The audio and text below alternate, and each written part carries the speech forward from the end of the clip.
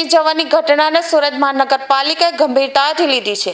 આ મામલે સુરતના મેયરે તાત્કાલિક કાર્યવાહી કરતા જવાબદાર અધિકારીઓ અને રોડના કોન્ટ્રાક્ટરને નોટિસ ફટકારી છે। મેયરે ટેકનિકલ આસિસ્ટન્ટ ઇજનેર તેમજ રોડનું કામ કરનાર કોન્ટ્રાક્ટર સામે નોટિસ ફટકારી છે। સાથે જ રોડના કામ સાથે સંકળાયેલી સિવિલિસ ઇન્દ્રા કંપનીને પણ નોટિસ ફાટવવામાં આવી છે। મેયરે તમામ સંબંધિત પક્ષોને 3 દિવસની અંદર સમગ્ર મામલે વિગતવાર ખુલાસો રજૂ કરવા સૂચના આપી છે। રોડ કેમ બેસી ગયો, કામમાં કોઈ બેદરકારી કે ગુણવત્તાની ખામી રહી હતી કે નહીં અને જવાબદારી કોની છે તે અંગે તપાસ હાથ ધરવામાં આવશે। જવાબદારો સામે નિયમ મુજબ કડક કાર્યવાહી કરવામાં આવશે તેવી પણ ચેતવણી આપવામાં આવી છે।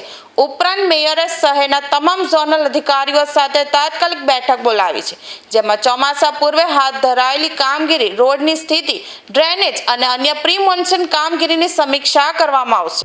સુરત માટે જે પણ ઘટના ઘટી છે રોડ બેસી જવાની, તે ખૂબ ગંભીર ઘટના છે।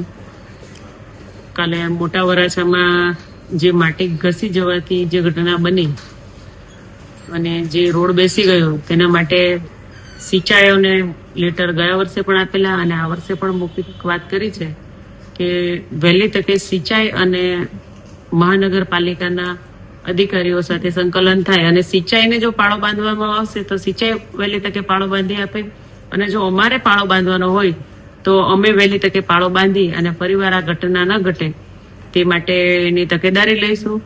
ઉધનામાં પણ જે આજે સવારે ઘટના ઘટી છે તેમાં પણ જે તે એજન્સી જવાબદાર હશે કે જે પણ અધિકારી જવાબદાર હશે તેના પર કડક કાર્યવાહી કરવામાં આવશે। અધિકારીને જો સસ્પેન્ડ કરવા પડશે તો એને સસ્પેન્ડ કરીશું અને જો કોન્ટ્રાક્ટરની સમય મર્યાદા પૂર્ણ નહીં થઈ હોય તો ફરીવાર આ રિપેર કરવાની પણ જવાબદારી કોન્ટ્રાક્ટરની રહેશે।